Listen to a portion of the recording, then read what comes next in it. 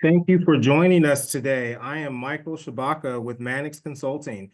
Since 1995, Manex has been California's NIST MEP partner, Northern California.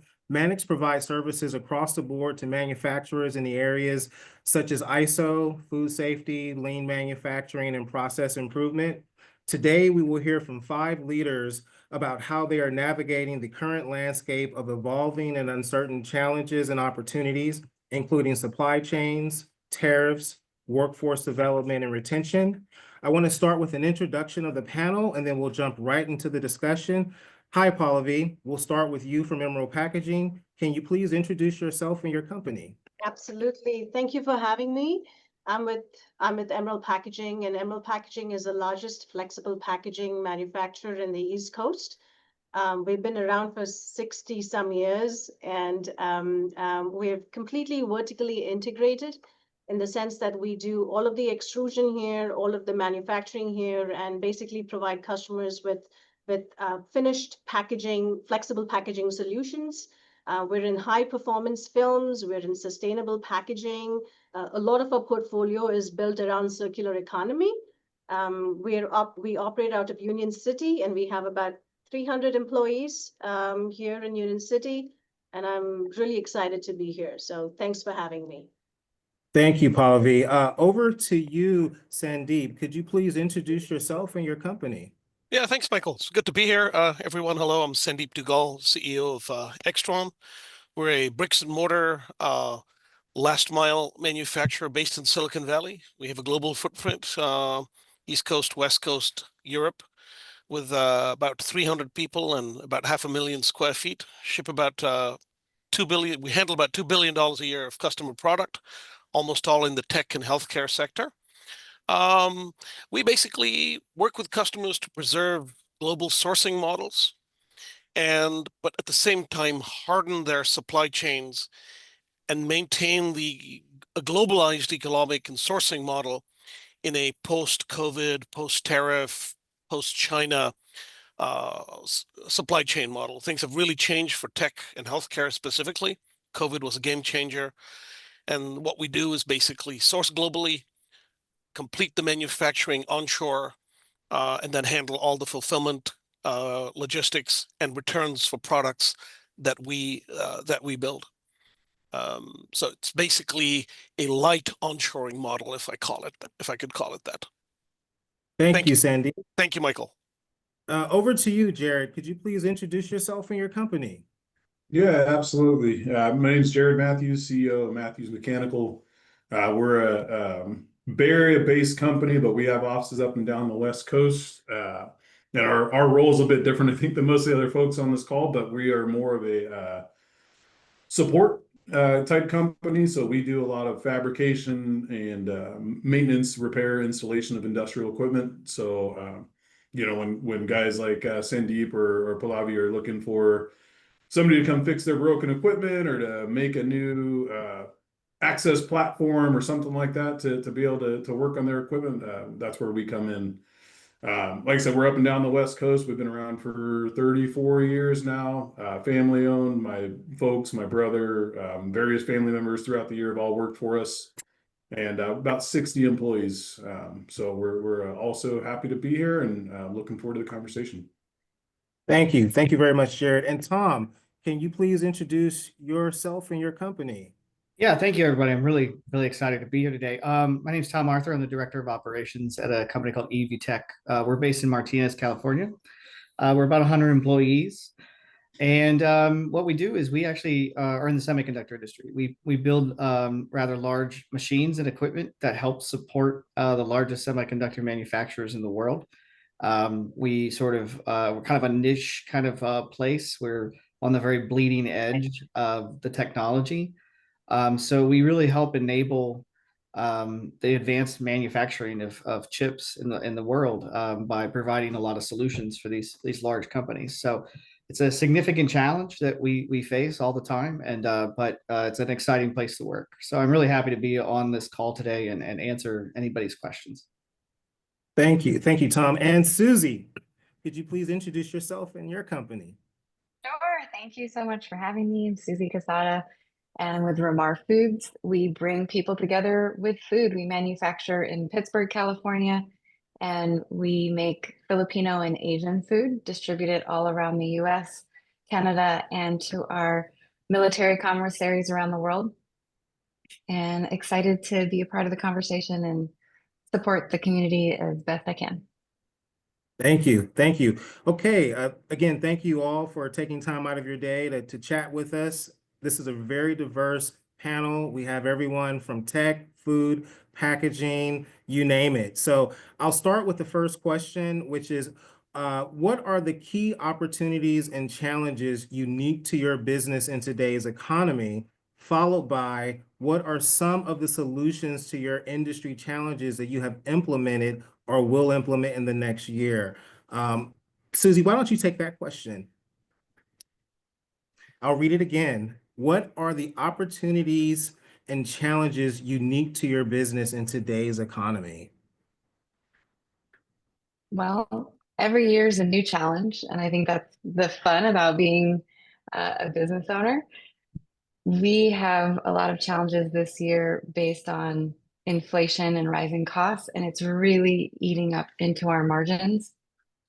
And being that most of our consumers are shoppers who are trying to feed their family, it's a really big impact. So we are seeing in the food industry a lot of slowdown in people as far as basket size at our customer stores and even foot traffic in our customer stores. The impact of interest rates has also been a challenge for us this year.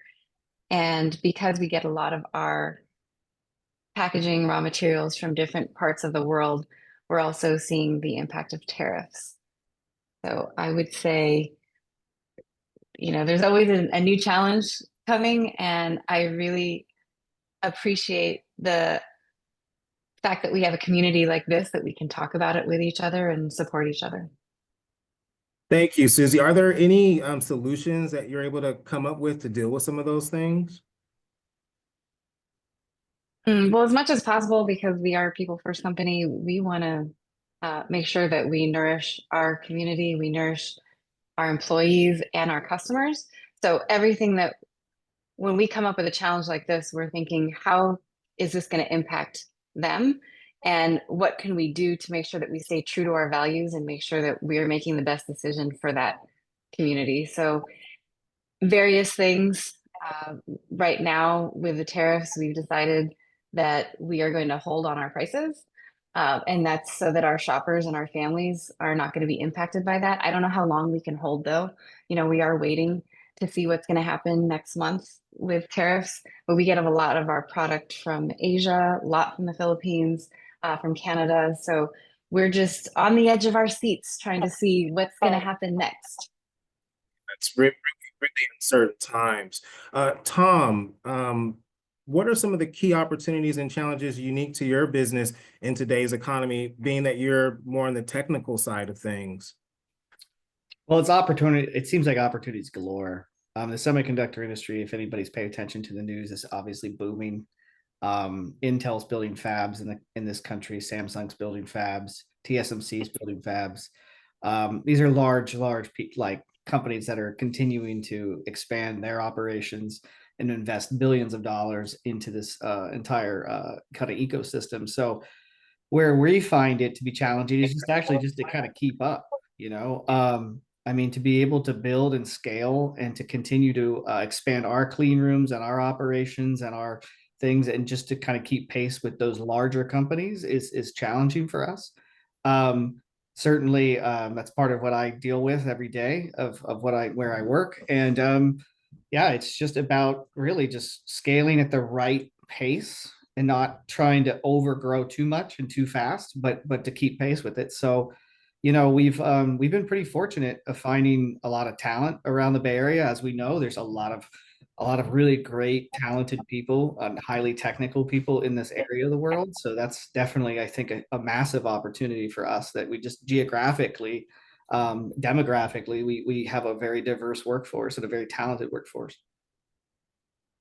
Thank you. Thank you. And Jared, could you tell us a little bit about what are the key opportunities and challenges unique to your business in today's economy? Yeah, absolutely. So for us, we enjoy the benefit of being in many different industries and supporting many different industries. So it's always been kind of following guys like Tom and Susie and being able to keep our finger on the pulse of like, okay, hey, you know what? Food is having challenges, or food and beverage is having challenges. What industry isn't, and being able to, what industry is thriving, and being able to follow that and being able to make sure that we're in front of that, and able to help support. So I think for us, the challenges and the opportunities always just kind of shift. And so the difficult part of that is that you have to be able to pivot quickly and be able to get over and make sure that you're able to understand the ins and outs of the food industry when they need our help, and understand the ins and outs of the tech industry when they need our help. And we've built everything from roller coasters to working in the clean rooms to food manufacturing. So there's just a lot there to learn, and to be good at all of that has always been a challenge. But I think we've done a pretty good job of that over the years. And then as far as implementing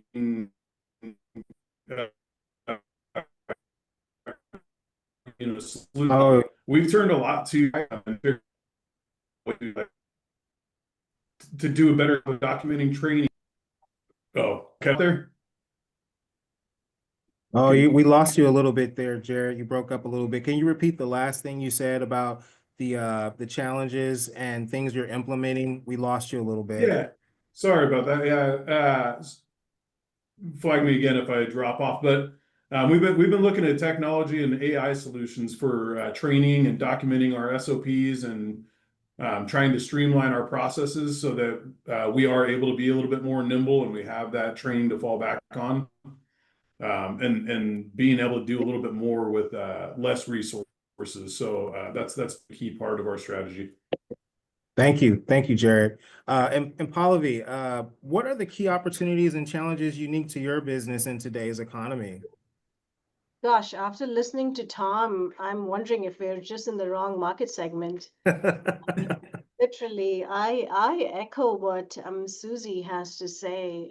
The food and beverage space, I feel, has just been left behind. I'm a very cautiously optimistic leader in that sense. I think we have more challenges in today's economy than opportunities, especially in the food and beverage space.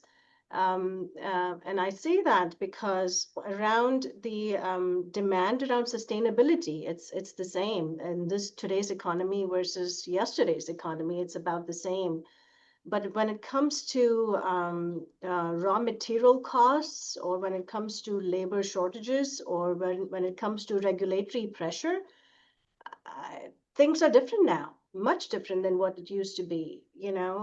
There's tremendous amount of margin pressure from customers. Everybody wants, sustainable packaging, but they still want us to hold the line on cost.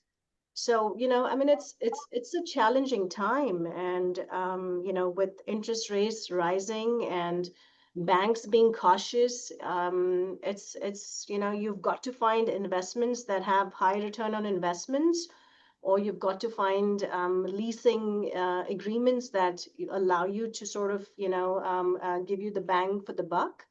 So having said that, I remain cautiously optimistic. The ag space has been left behind, and they've been left behind for a long time.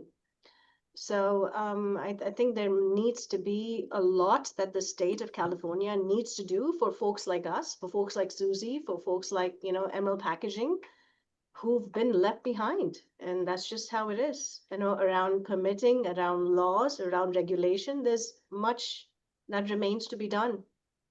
Thank you. After this call, I'm going to join Tom's company so that sounds exciting. It does. And just to sort of echo what you just said, Pallavi, at Manex, we're hearing the same pressures from our customers. You know, if they're OEM suppliers, you know, then the OEM is squeezing them a little bit more for, you know, a lower price, or, you know, just whatever it is. It's just, it's a tough time to do business. And so finding those solutions is obviously very critical. Sandeep, what are the key opportunities and challenges unique to your business in today's economy? So we are in time of unprecedented change, right? Basically, during the 80s, 90s, and 2000s, significant swaths of the US economy were offshored. And I think a number of us correctly predicted that the offshoring had just gone much too far. And then what happened was port strikes and transportation issues, September 11th. And then the big things were obviously COVID, followed by geopolitical tensions with China and the move away from China. And then tariffs happened. So these changes have just been thrust on the economy in rapid succession, especially since the COVID and tariffs, and then the issues with China. So I think that this has actually exposed a huge opportunity for those of us that want to manufacture onshore. So times of unprecedented change can actually breed unprecedented opportunity. And so we find ourselves with with a lot of opportunity. The key part is you can't blow up the economic model, which is based on offshore manufacturing. But what you can do is transition it from 100% offshore to maybe 90% offshore and 10% offshore. And that's the business that we're in. So we basically are trying to get the message out to customers is that there is a very sensible, economically rational response to all these stimuli. Now, we focus on the tech and healthcare sector, so it may not apply to other places, but that's the model that we certainly push, and we are helping customers. And so we're seeing unprecedented growth right now because of this. Okay.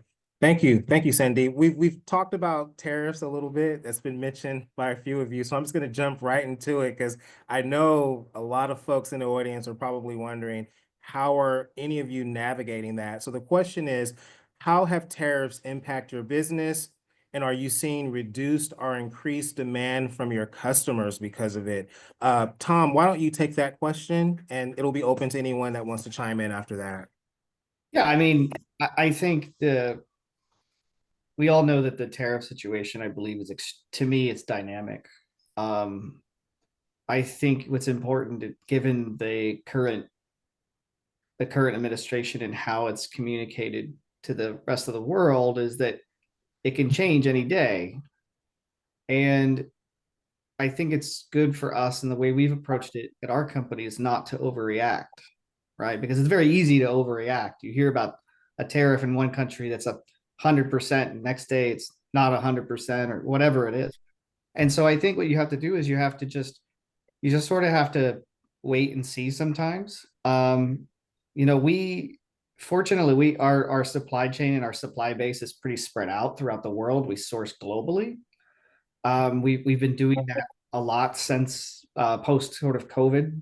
As a sort of an effect of COVID, we diversified, and we went after a lot of single source suppliers, and we made them, not single source supply. And I think that's really helped us a lot, right? Because now we're spread out. We're spreading that risk, right? We're sourcing from all over the globe. We don't source a lot with China anyways. We haven't historically. That's also helpful for us right now.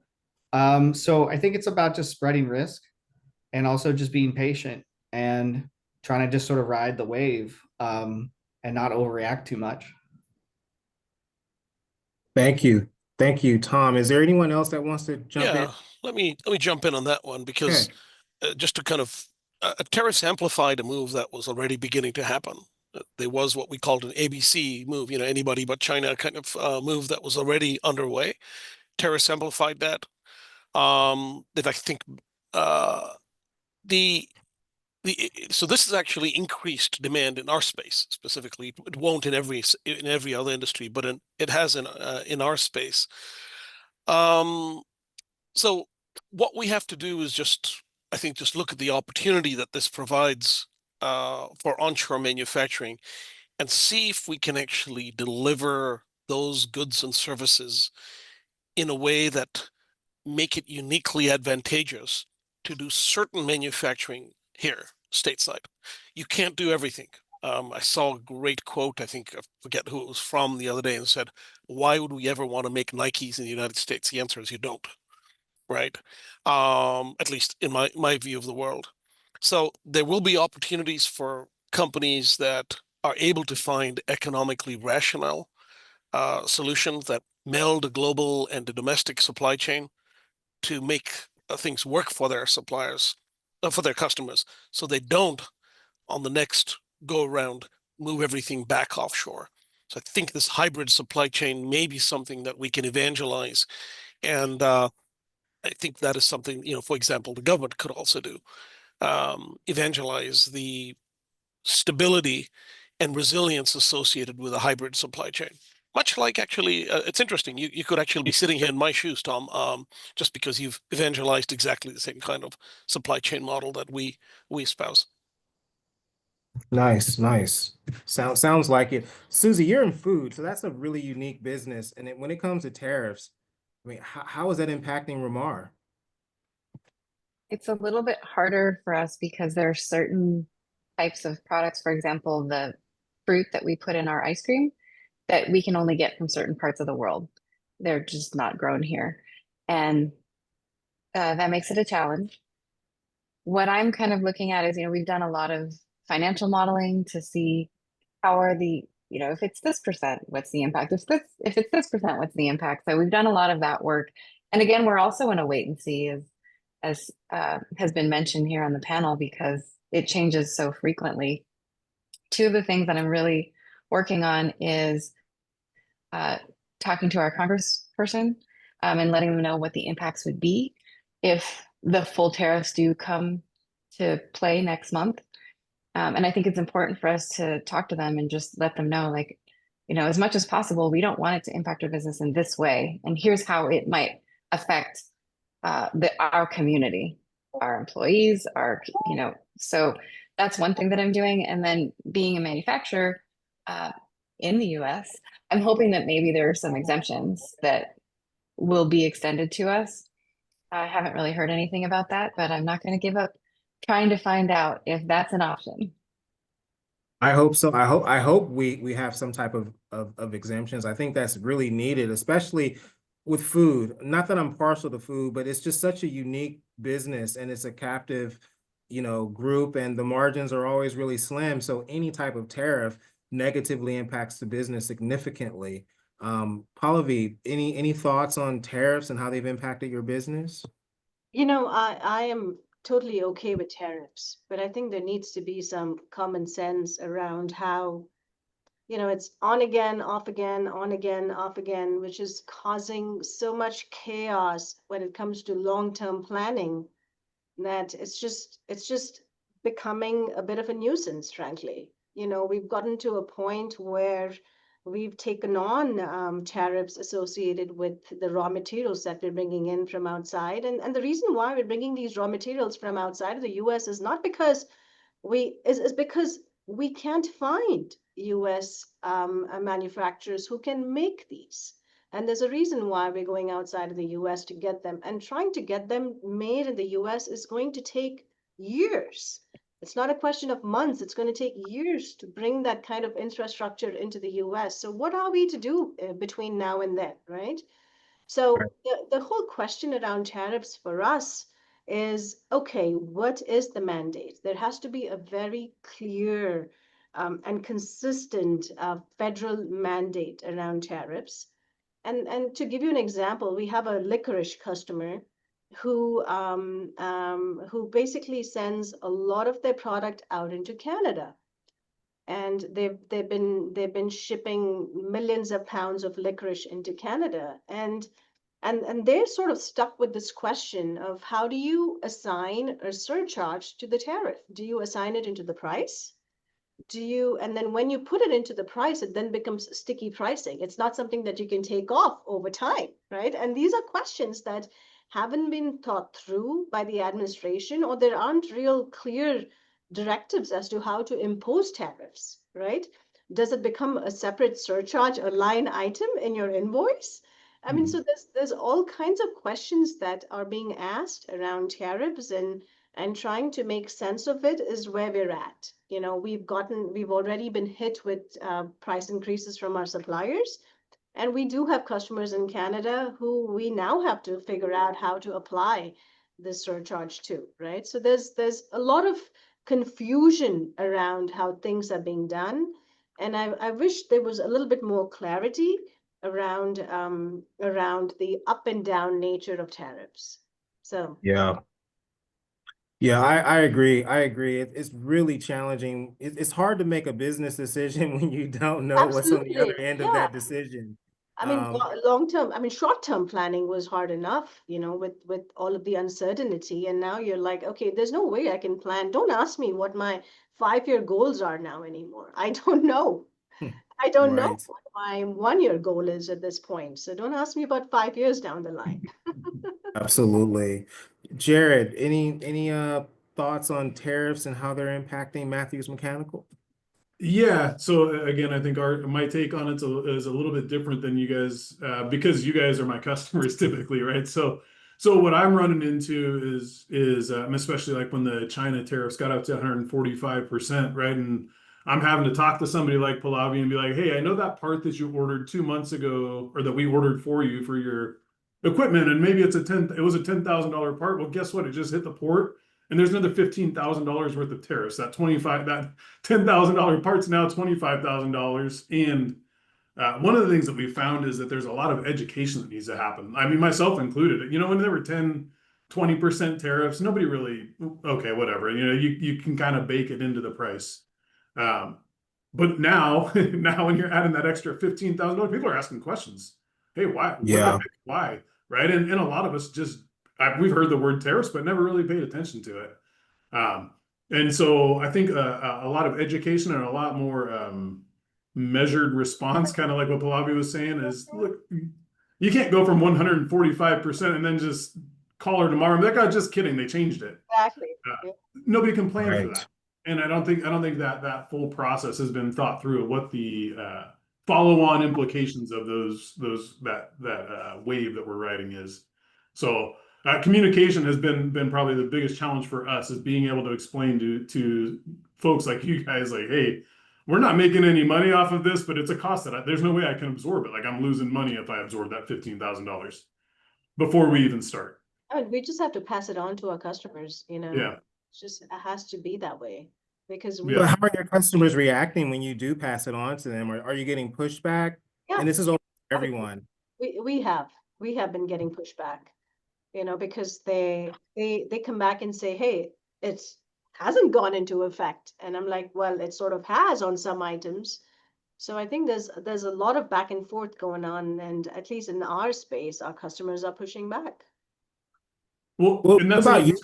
I'm sorry, yeah, go. that I just used is that $15,000 tariffs doesn't get assessed until that part's already here. So Exactly. if I go to Pallavi and say, hey, it's another $15,000, and she says, well, I don't have $15,000. Well, what happens to those parts now? They already took the 15 grand from me. So yeah, there's a whole thing to unpack there. Yeah, for because sure. it's not like taxes that you wait until the end of the year Right. to pay. I mean, when it comes to tariffs, you've got to pay it up front. So you've got to have the Mhm. cash to pay the tariffs up front. Yeah, so if I could actually just add on to that, the Yeah. concern I've got with the tariffs is actually not the first order effect, but the second and third order effects of tariffs. What that does to demand, and that if that does reduce demand and then causes inflation, which then causes wage inflation over here, we get into a spiral that becomes very tough to control. We're not talking about small changes over here, right? So the big fear for me is what the second, third order impact of all these tariffs are going to be, because they're so significant. It's 10% can be dealt with, 25, 30, 40%, although it may be great for certain industries, may be very dangerous for the economy as a second and third order effect, specifically with respect to Absolutely. inflation, interest rates, and then eventually in recessionary pressure. And that's a good segue into an audience question, Sandeep. I have one specifically for you. And the question is, what are some examples you see of specific subsectors that may be more viable for reshoring manufacturing? Well, anything that's really heavily labor intensive would be very hard to reshore unless it's strategic and there's room to handle the price increases. However, I think that there are certain sectors that it makes a lot of sense to reshore, and specifically tech and healthcare product, no surprise. There may be others, but things like toys, apparel, it makes almost no sense to bring those kinds of things out. To go to the earlier quote, there's it makes no sense to build Nikes over here. But when it comes to goods that are highly configurable, whose significant amount of the parts are already globally sourced, goods that are going to be, as I mentioned, highly configurable, things that are strategic in nature, where supply chain interruptions become very, very costly, where there could be a significant freight or an IP component. It makes a lot of sense to put those. So for me, it's very clear that the tech and healthcare sector would belong there. There's clearly some, and this has been going on for years, by the way, in the auto sector, highly configurable product, global supply chain, significant freight, no IP components, to that business, but they've been bringing that onshore for years. So Thank you. it really depends on the industry. Anyone else have any feedback on that question? I'll read it again. What are some specific examples you see? I'm sorry, what are some examples you see of specific subsectors that may be more viable for reshoring manufacturing? If anyone else has any feedback on that, feel free to chime in. Okay. The next audience question, we have a few actually. Have foreign trade zones become more important to your business as a result of new tariffs? That's open to anyone that wants to take a stab at that. Yes, 100%. So we are now in the process of setting up FTZ in our Columbus facility for this very reason, that there are goods that are going to need to enter the country and then be re-exported. And I think it may, apply very well to your, also to the licorice manufacturer. And things are coming in and going straight out. Foreign trade zones make a lot of sense. We're establishing that. It's easier, it seems to be in Columbus than it is in California. So we're exploring right now. Thank you. Anyone else want to chime in on that question? I've got a few workforce questions I'm going to start asking. So we're going to shift a little bit to a different topic. But if there's any additional things anyone wants to say about tariffs, please feel free to chime in. Okay. So the question I have here is, are any of you facing wage pressure amongst your employees based on your rising cost? Open to anyone.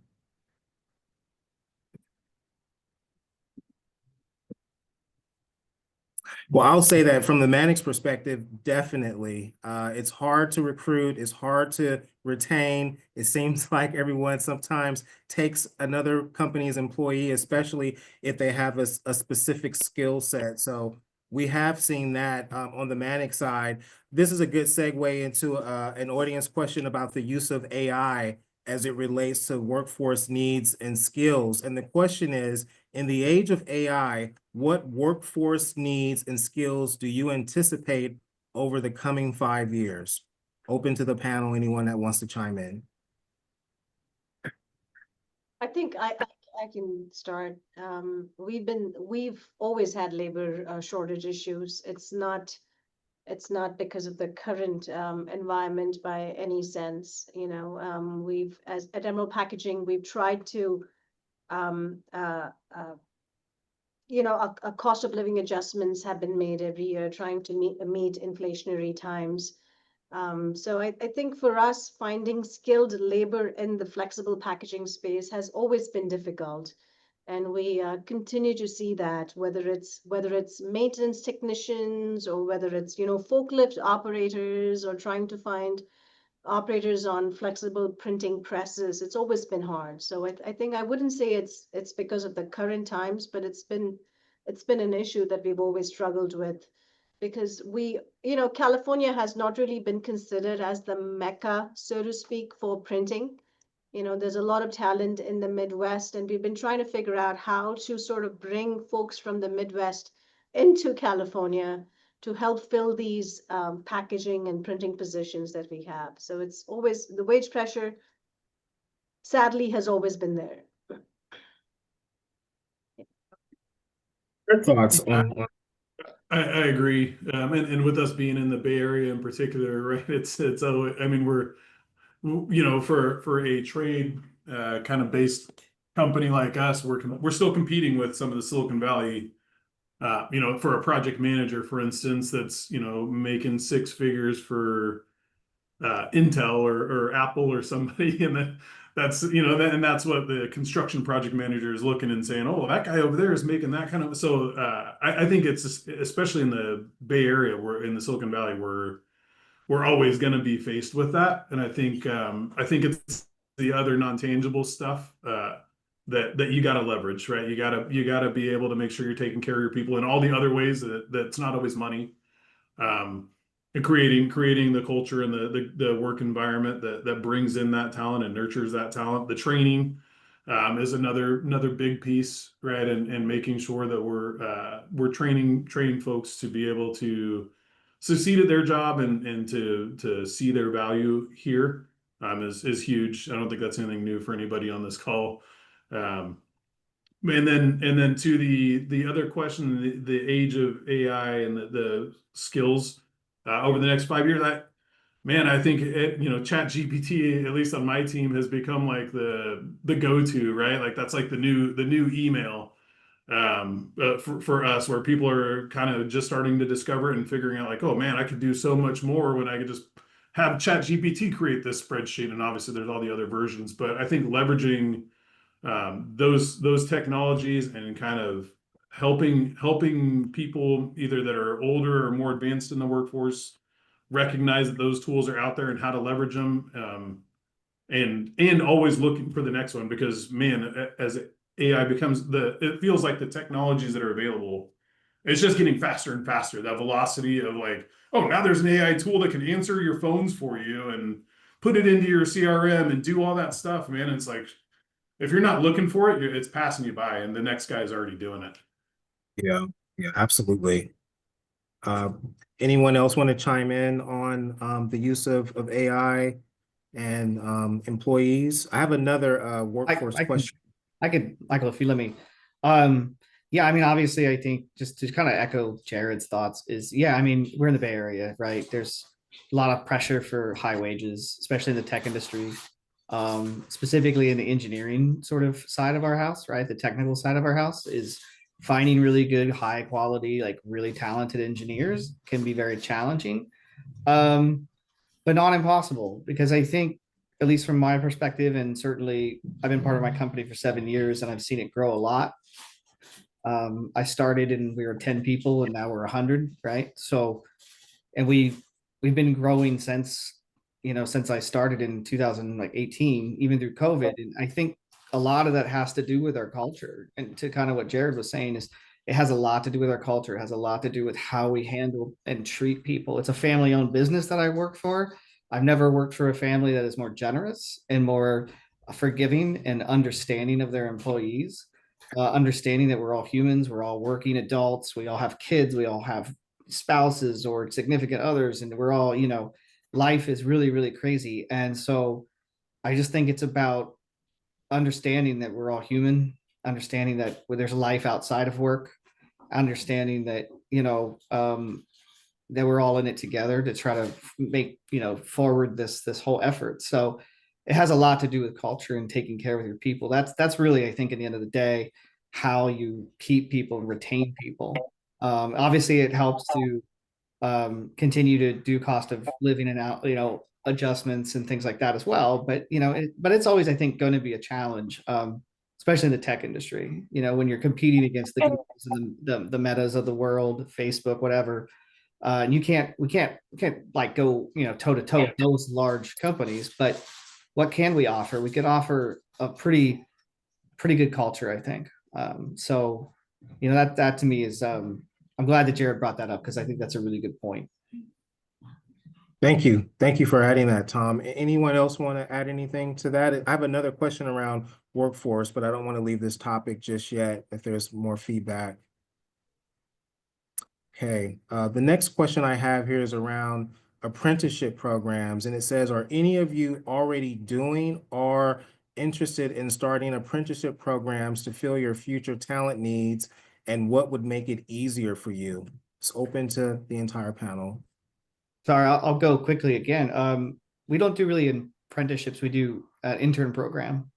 So we started an intern program a couple of years ago, and it's been a great success. We have a lot of young students coming that are in college mostly, and some of them are local, some of them are from all over the country, and they come to us in the summertime. And in fact, we're going to have about 12 or 13 interns descend upon us next week, and so we've been preparing for their arrival. And these interns vary from engineers to people who want to look into learning how to get into supply chain and procurement, to operations, to HR, to warehouse and operations, inventory, you name it. It's a very wide scope of who we kind of attract. And what's been great about it is that through this program, we've found talented engineers and others that have then, over maybe a couple of seasons of this internship program, have actually come to work for us. So it's been a really great program for us, and it's been really valuable. Thank you. Anyone else want to take a stab at that question? Okay. I've got a question going back to tariffs. Two questions. The first one is, have foreign trade zones become more important to your business as a result of the new tariffs?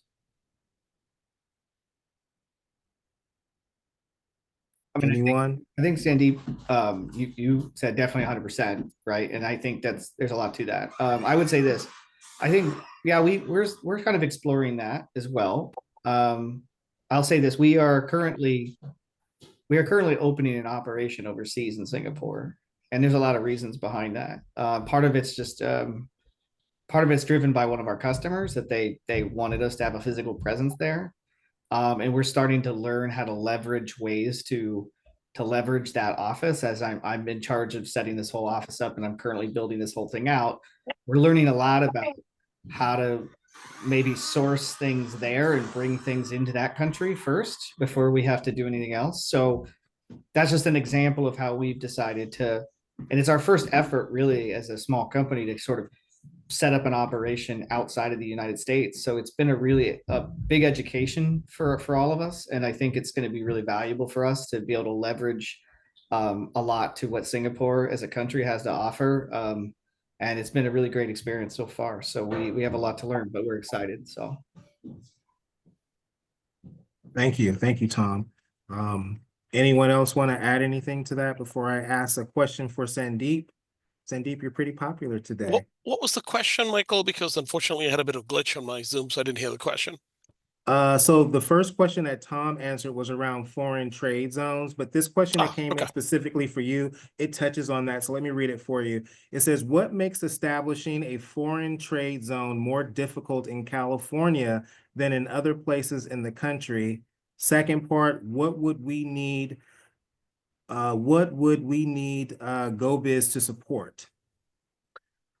So what I've heard, this is just based on experience that we're having right now, real time, is that in Columbus, the local CBP office allows you to intermingle as long as you can electronically segregate FTZ inventory and domestic inventory.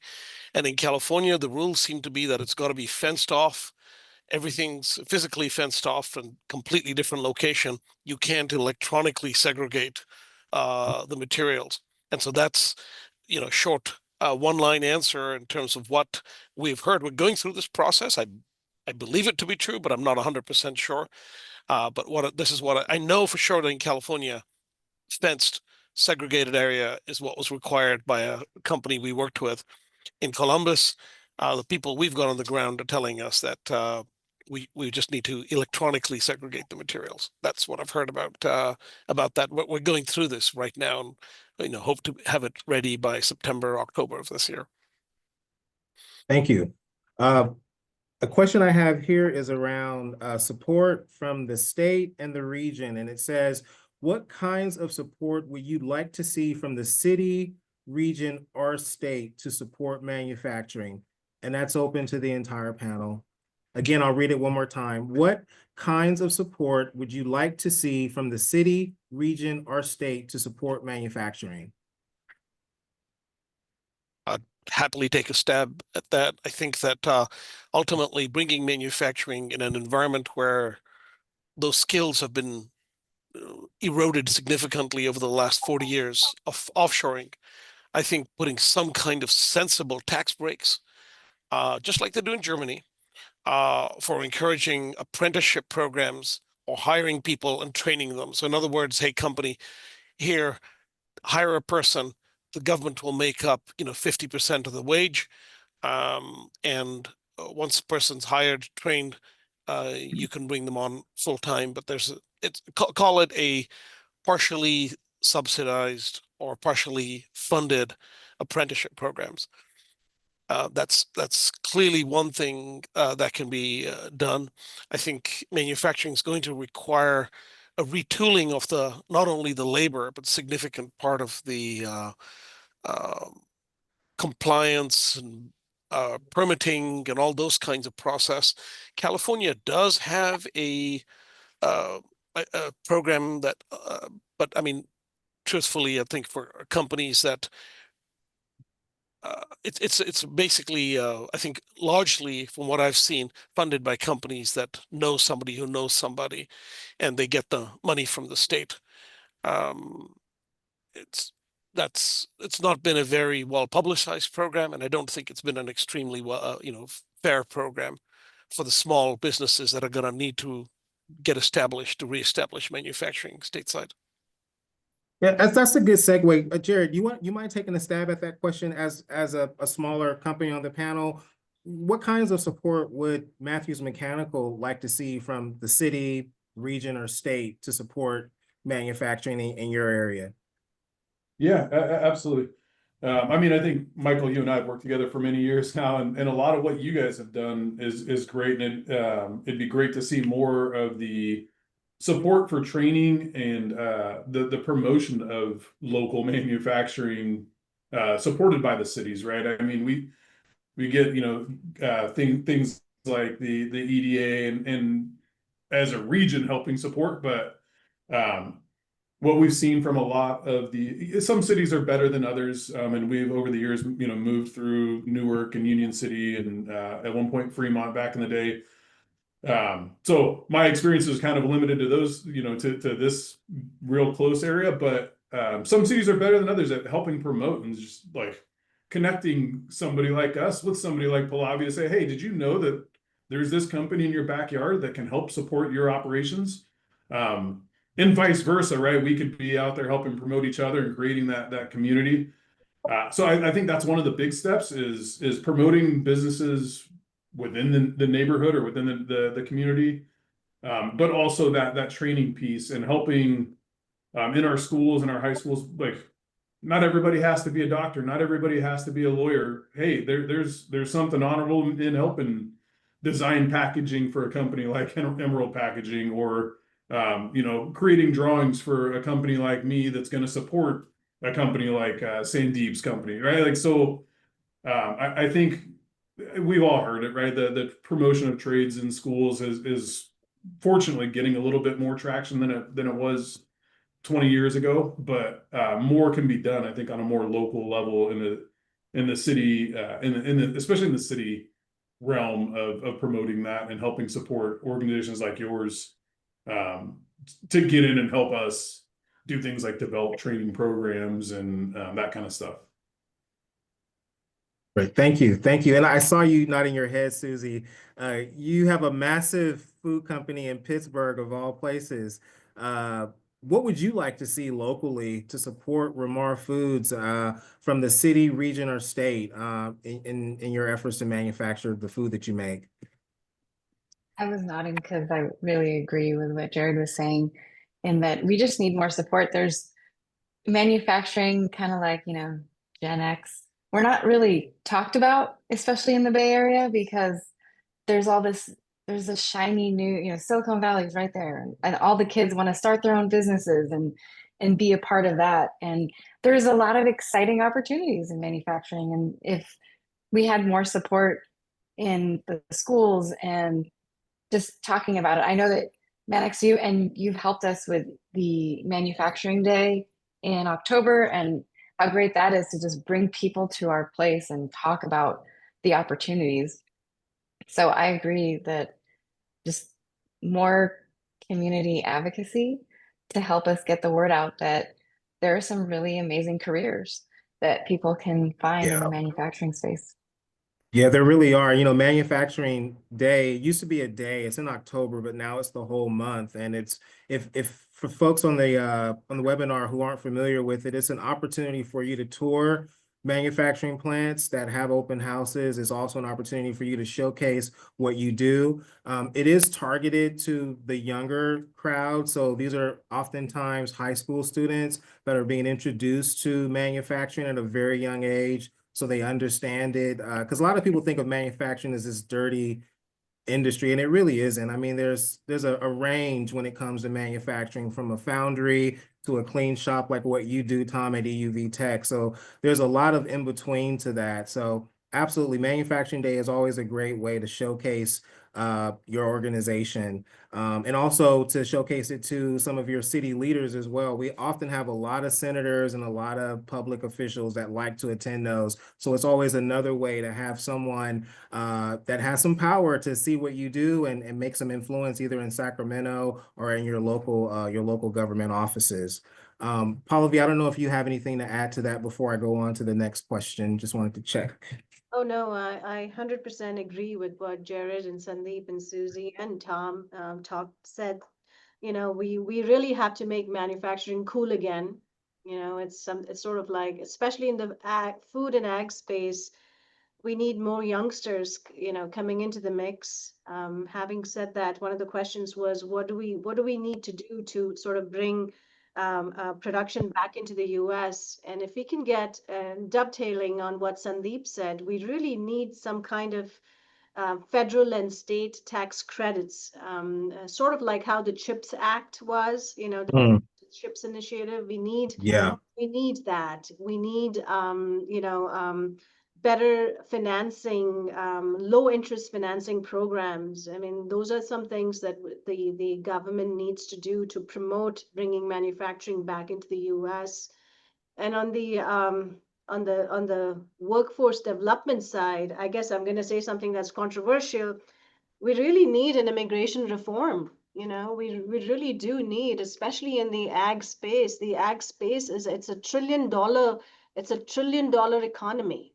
And there's a lot of migrant workers that we rely on, and there needs to be a reform around immigration, because I know that my customers all rely on migrant workers to pack produce or work in these fields, and there needs to be some kind of migrant reform and immigration reform to help bring in these skilled laborers, because they're doing the jobs a lot of Americans don't want to do. So we've got to find a way to come up with a reform for migrant workers that makes sense. And I know this is a controversial and touchy subject, so I'm going to dovetail into and the final piece that's really important to bring manufacturing back into the US, especially for us folks in California, is deregulation. I think we are heavily regulated. We're being in Union City, we're heavily regulated by the city, the Bay Area Air Quality District, the fire department, the city of Union City. Construction permits take forever. So if we want to bring manufacturing back into the US, there has to be some deregulation that needs to happen around around construction permits, around regulatory bodies. So I think there's a lot of different things that have to come into play, and it's going to take us a good 5 to 10 years to get there. Yeah. And so that's where my head is at this moment. Yeah. Anyone else want to add anything to that? We've got about 5 minutes, so I may have time for one more question before I have to wrap up. So any more feedback on that? Okay, the last question is, and this is sort of a general question, open to the entire panel. And the question is, how is your company adapting to economic uncertainty? Wide open. You could look at it from a tariff perspective. You could look at it from a cost of doing business in the Bay Area, recruitment perspective, whatever you want to share with the audience. Again, how is your company adapting to economic uncertainty? Open to the panel.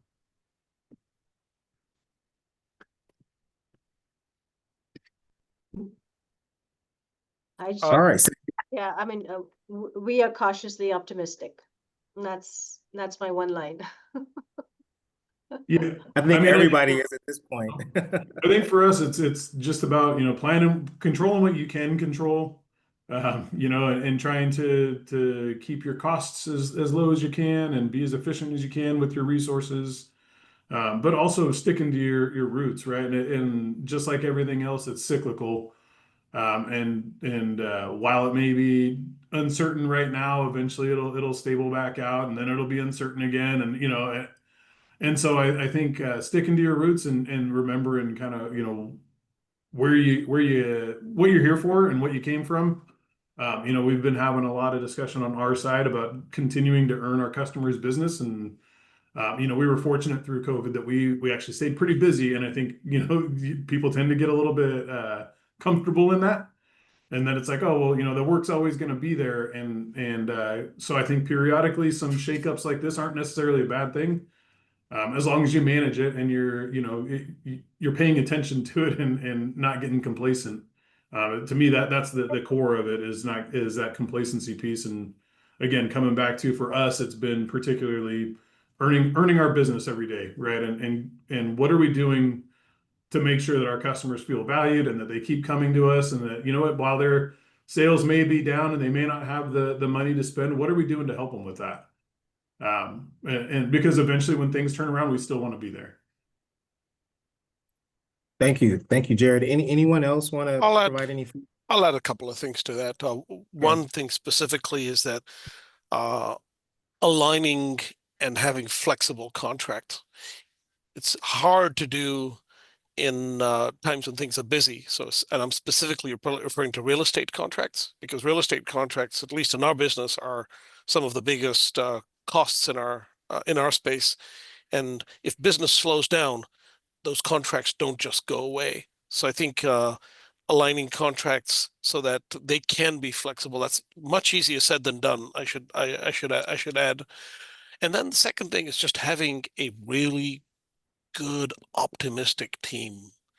Nothing makes a company function like a sunny corporate disposition. How does that sound, right? Nothing makes a company function better than that. People being happy and understanding why they do what they do, knowing that they've got a committed management team behind them. I would say that's the one thing that the big Silicon Valley companies, although they can throw benefits at the employees when they want them, when the things turn rough, it's layoffs by email. And I don't think anybody in this group ever does that. So let's remember that our culture is actually one of the things that keeps us flexible too. Thank you. Thank you, Sandeep. So we are at time, and I just want to say on that note, thank you for that really positive ending, Sandeep. And let me give it up. Thank you very much, Dr. Shabaka, for your excellent moderation. Thank you, Jared, Pallavi, Sandeep, Susie, and Tom for your insightful comments. I know we could have kept going for a lot longer, so there's a lot to unpack, everything from supply chains, tariff, talent, and everything else. So we really appreciate this. East Bay DA has been looking at the manufacturing sector for quite some time and actually had a lot lot to do with Manex getting started when it first began back in the day. And we're continuing to look very closely at this sector. It represents about 10% of our region's jobs, 30% of our region's gross regional product. So we're looking forward to continuing engaging with all of you as a part of this work as we continue forward. Thank you very much for joining us for today's webinar, and we'll look forward to seeing all of you very soon. Thank you. Thanks, everybody. Thank you. For having us. Thank Bye. Thank you.